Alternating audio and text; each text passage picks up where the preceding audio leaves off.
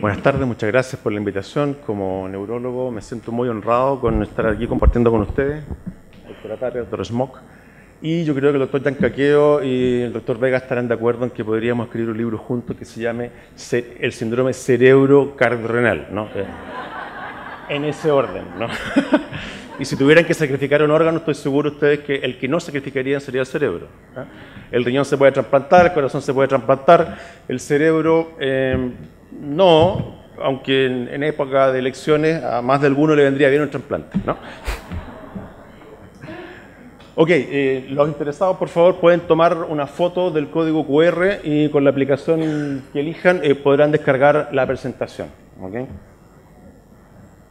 Al final la voy a poner de nuevo. Bueno, ahí está.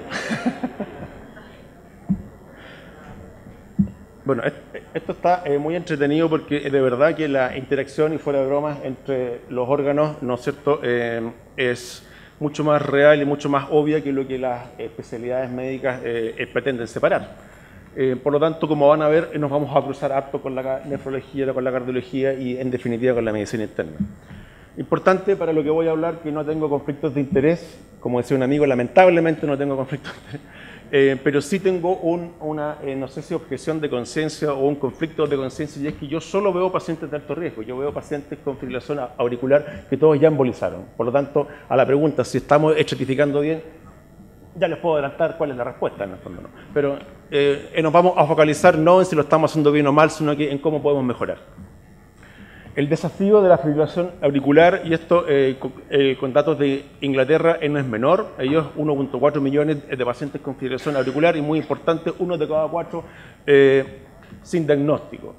La fibrilación auricular y el stroke, 20% de los accidentes vasculares están vinculados a la fibrilación auricular, cercano al 60%, ya vamos a ver cómo ha ido cambiando estas cifras, no están bajo terapia anticoagulante, pacientes con FA no valvular 5 veces mayor riesgo, los con valvular 17 veces mayor riesgo, que no nos vamos a referir.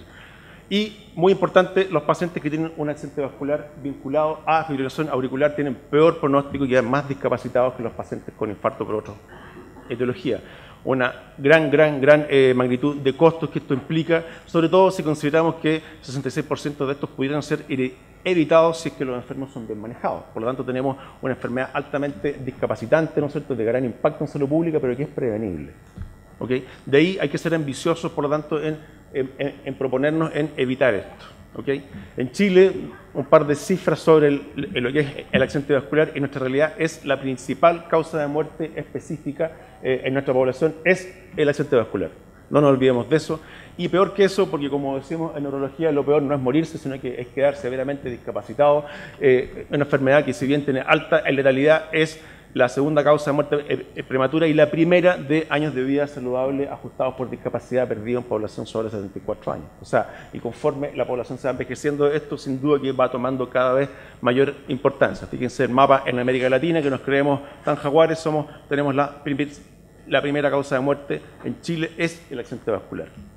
Y si lo vemos en términos de carga de enfermedad, asumiendo que lo peor no es morirse, conforme aumenta la edad, la carga de enfermedad fundamentalmente por enfermedades neurológicas está dada por el accidente vascular y no por las enfermedades neurodegenerativas como uno pudiera pensar.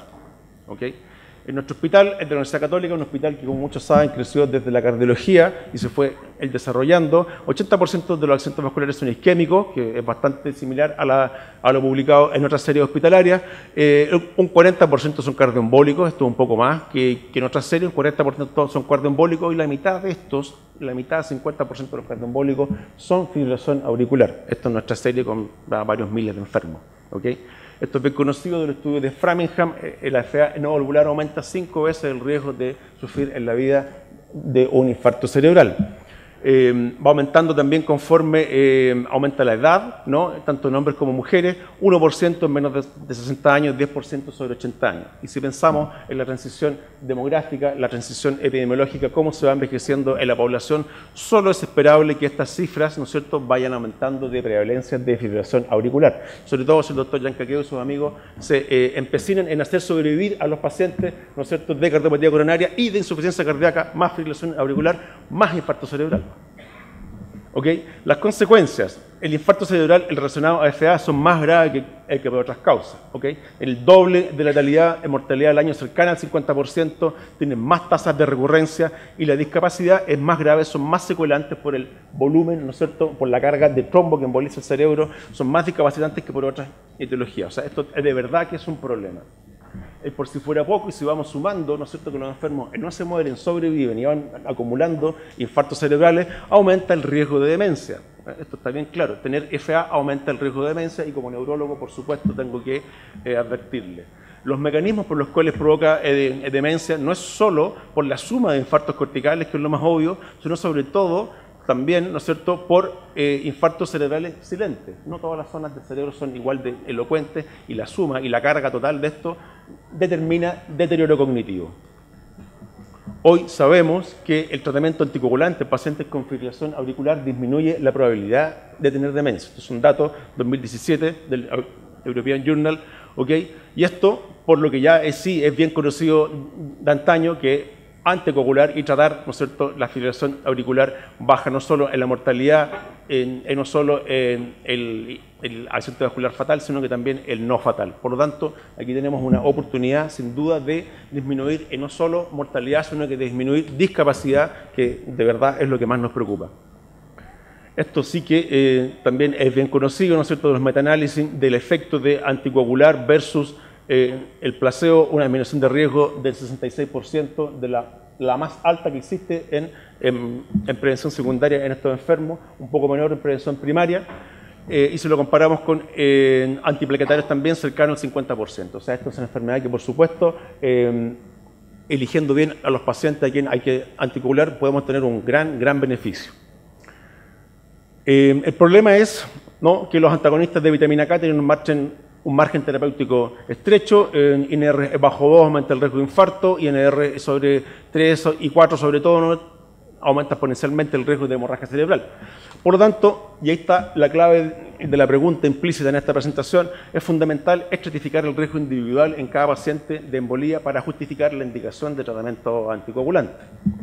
El riesgo de embolizar en pacientes con FA está definido por la coexistencia de distintos factores que vamos a pasar a detallar.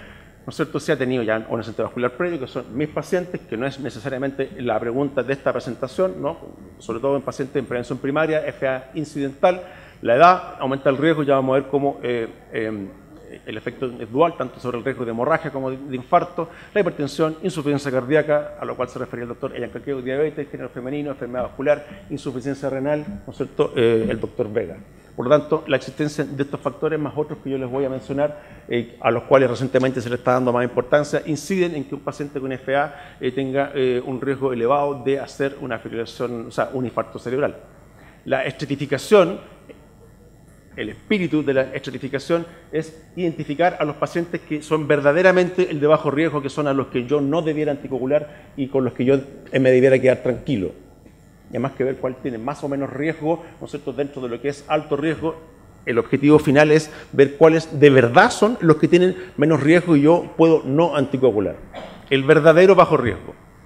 Y ahí el primer esfuerzo fue con el score CHATS, insuficiencia cardíaca, ¿no?, y lo puse en primer lugar, hipertensión, edad, diabetes mellitus o un accidente vascular previo puntuando por 2, ¿no? Esto de modelos de regresión logística, etcétera. Y de aquí viene el score de CHATS, donde bajo riesgo me da una tasa de eventos años cercana al 2%, lo cual de verdad es mucho.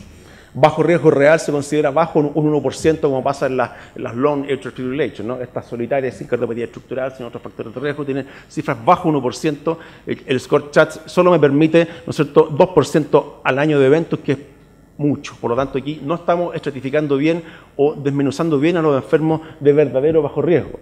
El CHATS tiene sus limitaciones, hay factores que no consideró, género femenino, enfermedad vascular, insuficiencia renal, ¿no es cierto? La presión, o sea, la edad no es un factor dicotómico, es más bien lineal. No es que sobre 75 aumentó el riesgo, claramente antes, sobre 65 años empieza a aumentar el riesgo.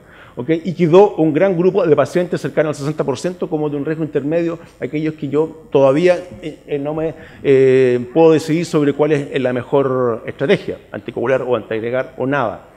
De ahí que esto se mejoró con el CHATS-VASc, se le agregaron otros factores, puso como una categoría aparte la edad entre 65 a 74, se mantuvo sobre 75, se agregó historia de enfermedad vascular sistémica, ¿no es cierto?, y se agregó el género femenino, en lo cual también tiene cierta controversia porque la potencia de cada uno de ellos no es similar. Sin duda que el AVE previo probablemente es más potente igual que la edad, pero entre ellos que están marcando un punto, no es lo mismo solo ser mujer que ser además diabético o tener insuficiencia cardíaca, por ejemplo.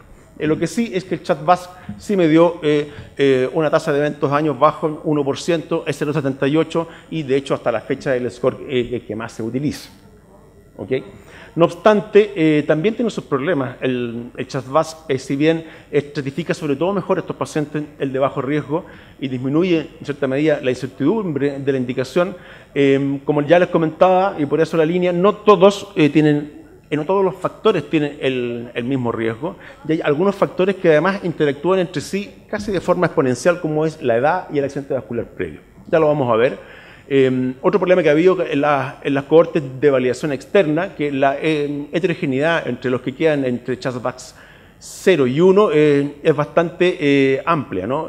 Con algunos con no hago tanta diferencia, otros con mucha diferencia, por lo tanto también han habido problemas con su aplicación. De ahí que se haya desarrollado este score Atria, donde ya de entrada separa a los pacientes con los que tuvieron o no un accidente vascular previo, y dentro de ellos en la edad claramente tiene un mayor peso al estratificarla por quinquenios y sobre todo en los pacientes que ya tuvieron un accidente vascular previo. El doctor Vega también va a estar muy de acuerdo conmigo en que la alteración de la función renal es un factor de riesgo mayor de embolía en pacientes con fibrilación auricular, cosa que incorpora el score Atria que los scores CHA2DS y CHA2DS no habían incorporado. Esto es la controversia, que es mejor si el Atria o el CHA2DS, como todas estas cosas, mientras más universal sea su uso y todo el mundo lo use, probablemente son más útiles, ¿no? Si yo tengo un score muy bueno, pero lo uso solo yo, probablemente eso le quita validez. Se ha buscado, y la verdad es que el Atria pareciera discriminar mejor en las cohortes de población de bajo riesgo, y en aquellas de mayor riesgo pareciera ser que el CHA2DS anda mejor. ¿Okay? Si lo comparamos a través del estadístico C, que es un índice que permite ver el desempeño de la curva ROC, es decir, la relación entre sensibilidad y especificidad, andan bastante parecidos. Si echamos a correr juntos estos tres scores, Atria tiene, en teoría, identifica mejor a los pacientes de muy bajo riesgo, para aquellos que no debo anticoagular, solo que un 40% de verdad que parece ser mucho. Por lo tanto, todavía el Atria no ha pegado tanto y las guías americanas y europeas siguen recomendando el CHA2DS.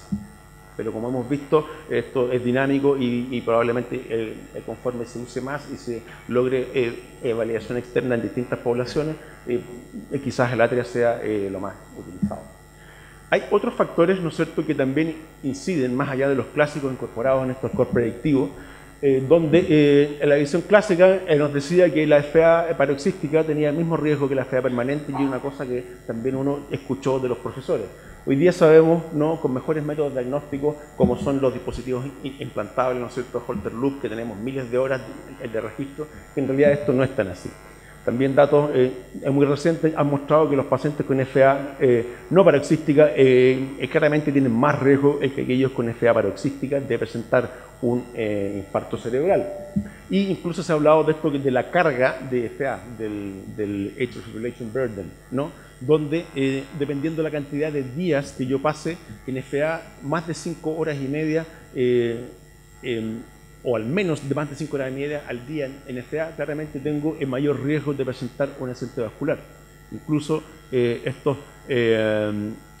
taquiarritmias supraventriculares o atriales, más bien atriales, ¿no?, o auriculares, que no son FA, la existencia de ellas, y mientras más días yo esté con estas arritmias, también aumenta el riesgo de presentar un accidente vascular, lo cual, ¿no es cierto?, nos abre un poco la puerta, sobre todo a nosotros que sufrimos con los infartos criptogénicos. Tanto así que se está hablando de dos ejes, de por un lado el CHA2DS y por otro lado la carga de FA, donde aquí podemos identificar claramente pacientes de muy alto riesgo y pacientes de verdadero bajo riesgo, con baja carga de FA y bajo CHA2DS, ¿no?, ambos. No solo el CHA2DS, sino que también pensemos en la carga de FA. Otros factores, y también como neurólogo nos toca mucho ver esto, el síndrome de apnea del sueño, que no están considerados en los scores predictivos clásicos. Sabemos que los factores de riesgo se superponen para tener apnea del sueño como fibrilación auricular. Sabemos que la prevalencia de apnea del sueño es el doble prácticamente en pacientes con FA que en pacientes sin FA, y que al revés, en los pacientes que tienen apnea del sueño tienen mucho más riesgo de presentar fibrilación auricular. Y si yo no corrijo esa fibrilación auricular, estos pacientes también tienen más riesgo de hacer embolías cerebrales. Por lo tanto, este es un factor que tenemos que ir a explorar, tenemos que ir a preguntar, tenemos que acostumbrarnos a incorporar, ¿no es cierto?, entrevistas y preguntas dirigidas sobre los hábitos del sueño, cómo duerme el paciente, tiene hipersomnia diurna, el despierta refrescado. La roncopatía en sí no es una enfermedad enfermante como el de al lado, es más que una enfermedad. El problema es la apnea, es la desaturación, y hay gente en que literalmente la noche se transforma, más que en un momento de descanso, en una lucha por sobrevivir. Por lo tanto, tenemos que acostumbrarnos a preguntar y buscar dirigidamente por la presencia de apnea de sueño. Hay cuestionarios estructurados como el de Edward, etc. Por lo tanto, todo esto ha ido llevando a un nuevo paradigma. Sabemos, ¿no?, que hay otros factores que están influyendo más allá de los factores clásicos, dentro de ellos la insuficiencia cardíaca, donde también hay factores genéticos. Esto lleva, ¿no es cierto?, a fibrosis de la pared de la aurícula, pérdida de los sarcómeros, ¿no es cierto?, todo el remodeling, disfunción eléctrica, disfunción mecánica, éstasis, malvasamiento de la orejuela, ¿no es cierto?, esto del contraste espontáneo, etcétera, y esto lleva al tromboembolismo. No obstante, hoy día se está hablando también cada vez más que todo el proceso de daño, el de la pared, ¿no es cierto?, y el estrés oxidativo, ¿no es cierto?, y la inflamación que va de la mano del proceso de remodeling, por sí solo también aumenta el riesgo de tromboembolismo, no necesariamente vía, ¿no es cierto?, la disfunción eléctrica. Y esto, por cierto, es lo que condiciona el infarto cerebral, que es lo que queremos evitar. Así se está hablando, ¿no?, de la miopatía auricular, más allá de la disfunción eléctrica, sino que de la alteración, no solo funcional, sino que estructural, el de la pared de la aurícula. ¿Okay?